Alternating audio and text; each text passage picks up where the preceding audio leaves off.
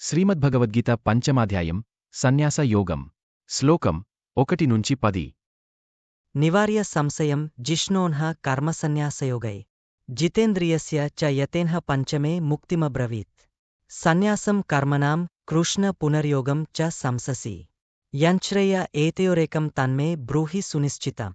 తాత్పర్యం అజ్ఞాన సంభూతమైన సంశయాన్ని జ్ఞాన ఖడ్గంచే ఛేదించి కర్మయోగం అనుష్ఠించమని చెప్పబడింది.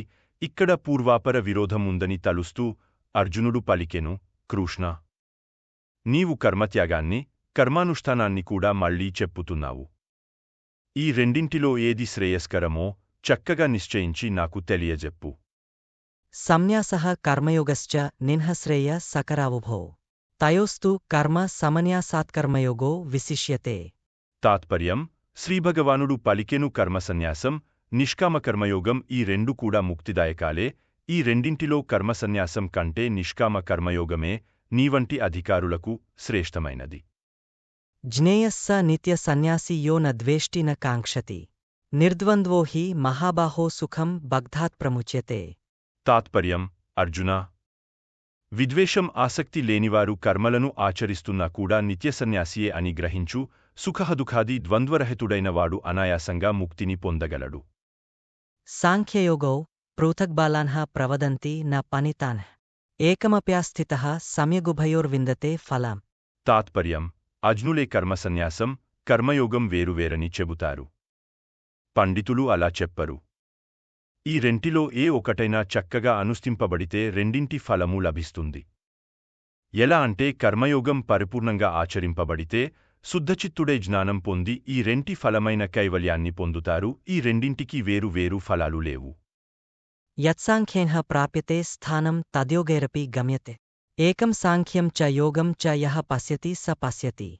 తాత్పర్యం జ్ఞాననిష్ఠులైన సన్యాసులు ఏ స్థానాన్ని, మోక్షాన్ని పొందుతున్నారో నిష్కామకర్మ యోగులు కూడా ఆ స్థానాన్నే పొందుతారు. జ్ఞానయోగ ఫలము, కర్మయోగ ఫలము ఒకటే, అదే మోక్షం. దీనిని గుర్తించినవాడే యథార్థదర్శి.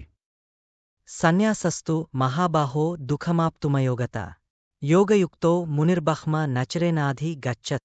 తాత్పర్యం కర్మయోగ కూడా చివరకు సన్యాసాన్నే ఆశ్రయించాలి. కాబట్టి మొదటి నుండి సన్యాసాన్నే గ్రహించకూడదా అని అంటే నిష్కామకర్మ యోగానుష్ఠానం లేకుండా కర్మను సన్యసించడం అసంభవం. నిష్కామ కర్మయోగ నిష్ఠుడైన ముని, సన్యాసియై శీఘ్రంగానే బ్రహ్మాన్ని పొందగలడు.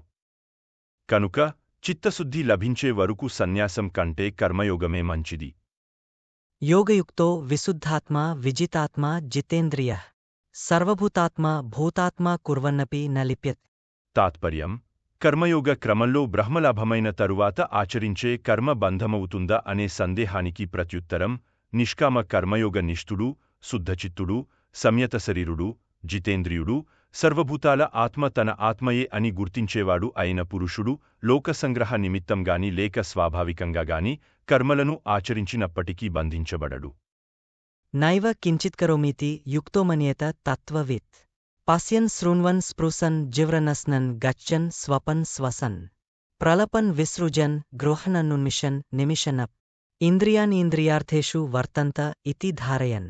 తాత్పర్యం కర్మయోగ క్రమంలో బ్రహ్మలాభమైన తరువాత ఆచరించే కర్మ బంధమవుతుందా అనే సందేహానికి ప్రత్యుత్తరం నిష్కామ కర్మయోగ నిష్ఠుడు, శుద్ధచిత్తుడు, సంయత శరీరుడు, జితేంద్రియుడు, సర్వభూతాల ఆత్మ తన ఆత్మయే అని గుర్తించేవాడు అయిన పురుషుడు లోకసంగ్రహ నిమిత్తంగాని లేక స్వాభావికంగాగాని కర్మలను ఆచరించినప్పటికీ బంధించబడడు.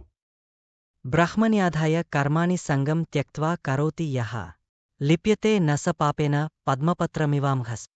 తాత్పర్యం నేను చేస్తున్నాను అనే అభమానముంటే లిప్తుడవుతాడు.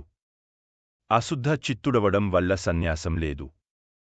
ఈ సంకటం నుండి బయటపడేదెట్లా అంటే ఫలాసక్తిని త్యజించి పరమేశ్వరార్పితంగా కర్మను ఆచరించేవాడికి నీరు తామరాకుకు అంటని విధంగా పుణ్యపాపాలు అంటలేవు. భగవద్గీత పంచమాధ్యాయం సన్యాసయోగం శ్లోకం 1-10 క్లుప్తముగా అజ్ఞాన సంభూతమైన సంశయాన్ని జ్ఞాన ఖడ్గంచే ఛేదించి కర్మయోగం అనుష్ఠించమని చెప్పబడింది. ఇక్కడ పూర్వాపర విరోధం ఉందని తలుస్తూ అర్జునుడు పలికెను, కృష్ణా, నీవు కర్మత్యాగాన్ని, కర్మానుష్ఠానాన్ని కూడా మళ్లీ చెప్పుతున్నావు. ఈ రెండింటిలో ఏది శ్రేయస్కరమో చక్కగా నిశ్చయించి నాకు తెలియజెప్పు.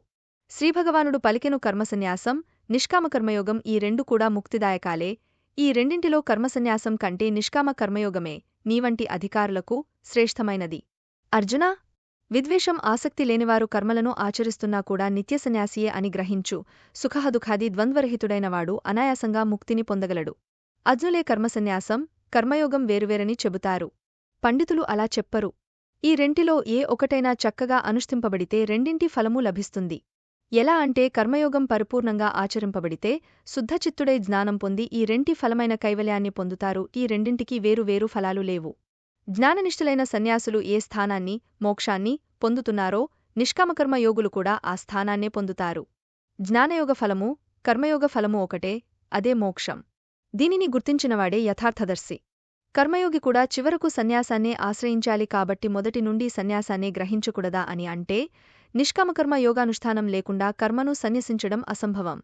నిష్కామ కర్మయోగ నిష్ఠుడైన ముని, సన్యాసియాయ్ శీఘ్రంగానే బ్రహ్మాన్ని పొందగలడు. కనుక చిత్తశుద్ధి లభించే వరకు సన్యాసం కంటే కర్మయోగమే మంచిది. కర్మయోగ క్రమంలో బ్రహ్మలాభమైన తర్వాత ఆచరించే కర్మ బంధమవుతుందా అనే సందేహానికి ప్రత్యుత్తరం, నిష్కామ కర్మయోగనిష్ఠుడు, శుద్ధచిత్తుడు, సంయతశరీరుడు, జితేంద్రియుడు, సర్వభూతాల ఆత్మ తన ఆత్మయే అని గుర్తించేవాడు అయిన పురుషుడు లోకసంగ్రహ నిమిత్తంగాని లేక స్వాభావికంగాగాని కర్మలను ఆచరించినప్పటికీ బంధించబడడు.